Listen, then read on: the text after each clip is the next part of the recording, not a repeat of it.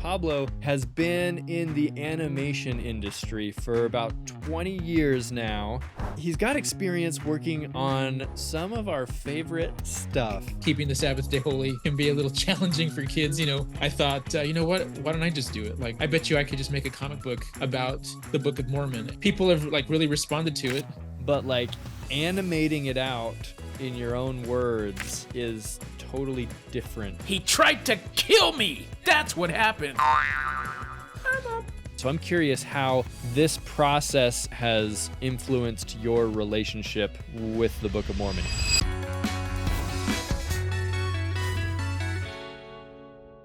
Hey everybody, welcome back to Saints Unscripted. My name is David Snell, and I'm here with Caitlin as my co-host. Pablo, welcome to the show. Thank you. Could you tell us about your current project that you're working on with the Book of Mormon? It started with, we have 5 kids, and sometimes the Sabbath day, keeping the Sabbath day holy, can be a little challenging for kids. I would watch them sometimes, and they would just be laying there reading comic books, right? And it was just my youngest daughter Eris would read Big Nate or the Dork Diaries or whatever she reads, and I just thought and I mean I could tell them, hey, why don't you read the scriptures, but I mean I remember how I felt when I was a kid and someone said, hey, read the scriptures. Although it's true and good and it helps, sometimes I think for younger audiences, sorry, I just speak in entertainment terms. For younger people, there needs to be some entertainment, some way to draw them in to get that nourishment and that help or strength. And so I thought, you know what? Why don't I just do it? Why don't I? I bet you I could just make a comic book about the Book of Mormon. And so I started. It was going to be this really simple, just quick drawings of the stories and stuff, and then I just couldn't just leave it simple, and I just got it. I felt like this was a way to teach real life-saving doctrine in a way that you don't always see. So I just kind of expanded, and what started off as just this little comic ended up to be 195 page long, for just First Nephi chapters 1 through 4. Wow. So I as I was working on it and I was reading it to the kids, and my wife said, hey, this is really good, why don't you let other people in on it? And so I started showing other people, and then they liked it, and as I finished I decided to make a YouTube channel. So I do have a Facebook page where you can read the comic book pages, because some people prefer to read. But then I decided to make a YouTube channel where it's kind of I just take the panels, and I do all the voices and stuff like that, because it's just easier, and put them up. And people have really responded to it. My goal is, if it all worked out right, this is kind of a series, and I would just go through the Book of Mormon, drawing out the stories and doing my take on how I see the scriptures unfolding. Well, I think that's awesome. Can we watch a couple of clips from your channel? Yeah, sure. Let's pull up a clip. Father? Nephi, there you are. I know this is going to sound strange, but please, hear me out. I've had another dream. In the dream, the Lord instructed me that you and your brothers need to return to Jerusalem. What? Why? We just got here. Do you remember Laban? Yes. Well, apparently he has a record of the Jews. It has a genealogy of our forefathers, and it's all engraved upon plates of brass. It is very important that we bring these with us on our journey. The Lord commands that you and your brothers go to the house of Laban, get the plates, and bring them back here. Now, your brothers are... Complainers. Yes. No! Well, they are complaining. They're saying that what I'm asking is too hard. But it's not coming from me. The Lord has commanded me to have you forego. Now, Nephi, I know you have questions, but go, my son, and you will be highly favored of the Lord for not murmuring. Father, I will go and do what the Lord commands. I know the Lord doesn't give commandments unless he makes it possible to do what he's asked us to do. God doesn't ask for the impossible.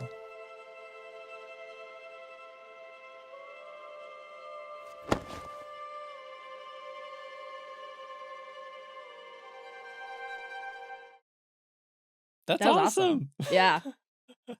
That's You so you could be a fun. voice actor too.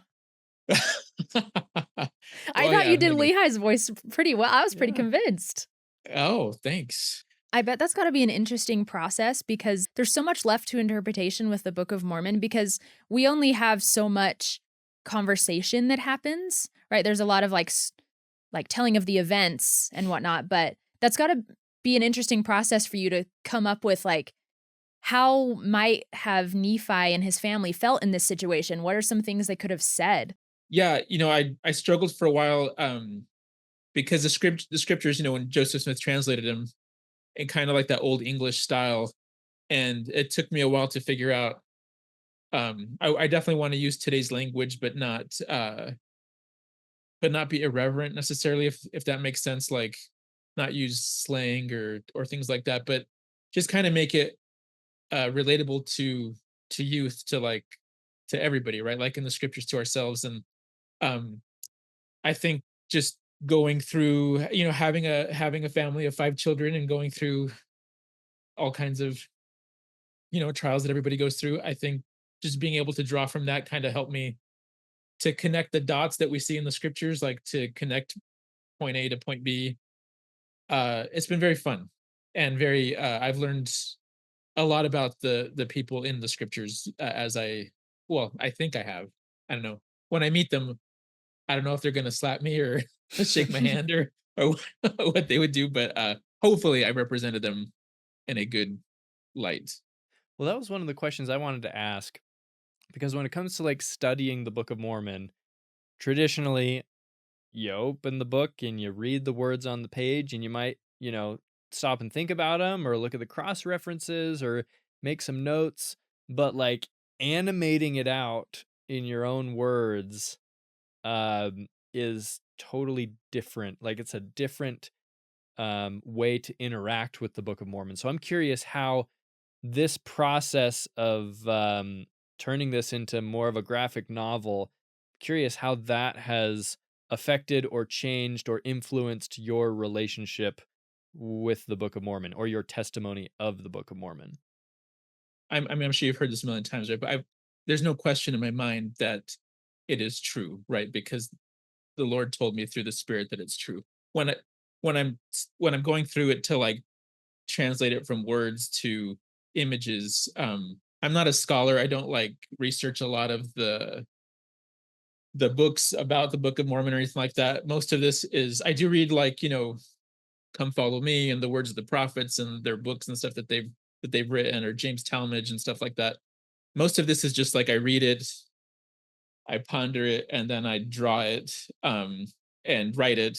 And For example, like Zoram, I think has been pictured a lot as just kind of like this goofy guy who like is faced with death or going down into the wilderness. But maybe a more faithful way is that God was actually preparing him to make that uh, leap in faith, or to make that decision. And then as I was thinking, as I've been writing, and I think, oh well, isn't that crazy that Ishmael's family had 5 daughters, and without Zoram, it would have been 4 daughters. Like how unfair that would have been to the fifth daughter to not have a husband as they go down. And so seeing it in that way like makes it, I guess, just either God is very very accurate, you know what I mean, like that, or it's just like this crazy coincidence, and Zoram like was forced down against his will, which is I think one of the things that later on in the Book of Mormon somebody writes to Moroni or something like that. I'm a Zoramite who your father's forced down into the wilderness. Like it's like I don't know. I just feel like if God is involved in this whole book, then God is involved in this book, and that when Elder Razban says there's no coincidences, then that's the case through all time, not just our latter days. So I guess as I've looked through it and seen how these people make these decisions, that because like we don't have all the information that fills in or connects the points, I just see, well, how would God influence this to make it appear this way or happen this way? Does that make sense? Yeah, Mhm. yeah, I love that thought because, like, I think sometimes maybe this is just my personal experience, but you think of Zoram as just like the guy who got the short end of the stick, like the guy Yeah, that along for the ride. yeah, like the guy that wasn't supposed to be there, but oh, this thing happened, and now Nephi has to, drag him into the wilderness with him. But I love that perspective that, like, well, maybe God was planning for this, and it wasn't just Lehi's family that God was blessing with this journey, but there was another guy named Zoram that Right. also, needed some help there that God wanted to bless as well. I really like that.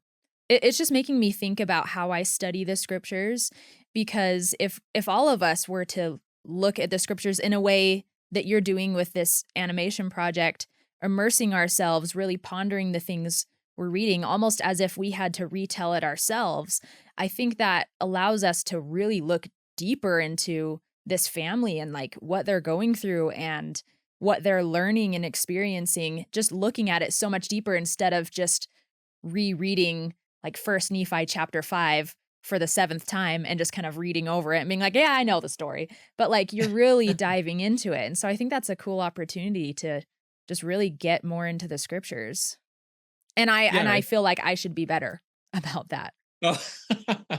Well, it does cause, like, sometimes I'll spend, so I'll still do, come follow me and everything like that, and listen to conference talks and stuff on top of what I'm doing. But for scripture study, usually my scripture study is writing these books, and sometimes I'll just read one or two verses, and I spend like an hour just kind of pondering and trying to feel it out.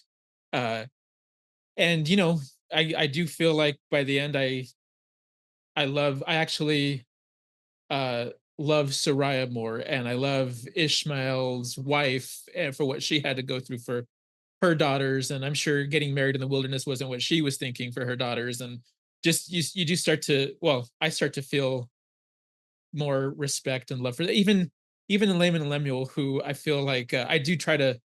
I mean, so I made Lemuel like the dumb comedy character, right? Right. He's if you watch it, I know he's gonna like be upset if he hasn't already. But like I feel like even them, like I want to paint them in as good a light as possible. Like they just they didn't understand, and it led to more misunderstandings and more misunderstandings until like just kind of made it plausible instead of like good versus evil, if that makes sense.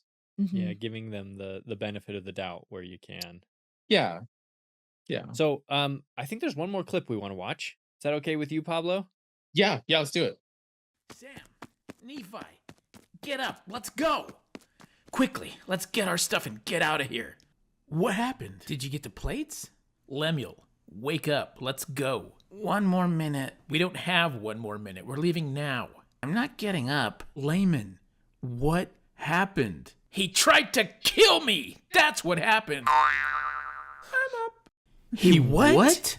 Look, I know it sounds crazy out here in the daylight, but you weren't there. In the daylight? Where were you? At his house. Okay, look. I went to his house. It's crawling with soldiers. He keeps it super dark and scary. I asked him for the plates. He wouldn't even talk for a while. He called me a child, a thief, and then he said he was going to kill me. We're leaving. So we're not even going home for the night? No, listen, Lemuel. I think Father was right about people wanting to kill him. As soon as he found out Lehi's my father, he got excited and started asking questions. He said people in Jerusalem are looking for him, and he wanted to know where Father was. And did you tell him? Of course not. I'm not a fool. My point is, if we're seen by someone in the city who wants Father dead, they'll stop us and start asking questions. Or worse, follow us back and kill our whole family. I don't want to take that chance, so we're leaving. Oh man, this is serious. What are we gonna do? Are you deaf? I said we're leaving. You're right, Lyman. I'll get my stuff. Nephi, get your stuff. I was like very enveloped in that. I was kind of sad when we Yeah. stopped it. Yeah, we forgot you were here, Pablo. We were just we were That's zoned good. in. That's good. I love something that I think that hit me in this scene was just how young and not childlike, but like teenager like you are portraying these characters, because we're so used to seeing them just be like completely jacked out of their minds and Like in our art and full beards, yeah, in our artwork and stuff.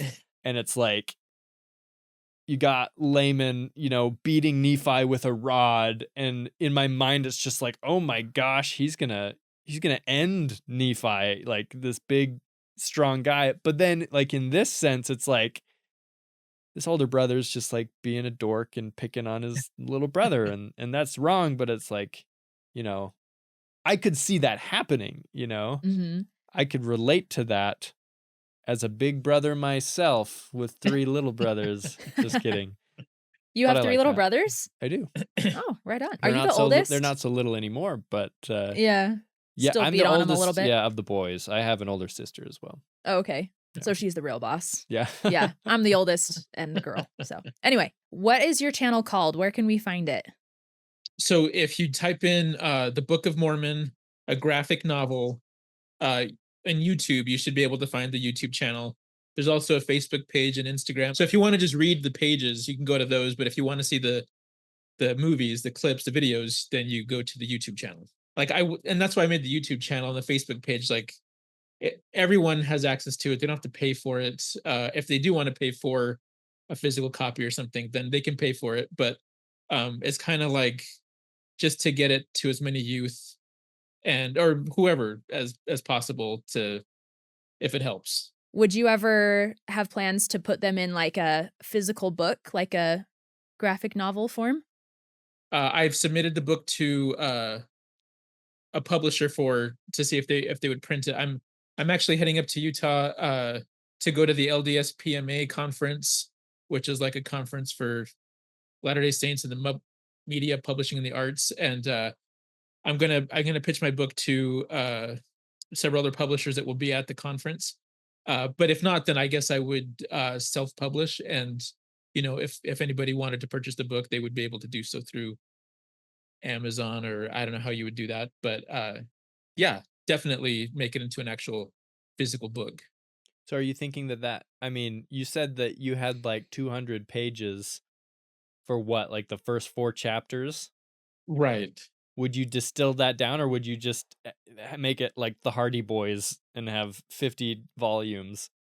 So yeah, it's the way I'm picturing it is just kind of like these big chunks of the story. So I've written the second volume, and I'm writing the third one. And so the second one is like 200 something pages. It's just kind of like I don't have any parameters. This is like fully my thing. So I just feel like as long as it takes to tell the story. Love it. Pablo, thank you for being here. This has been great. Oh, thanks for having me, guys. It's been fun. I was a little nervous, but You did I'm great. glad I was on here.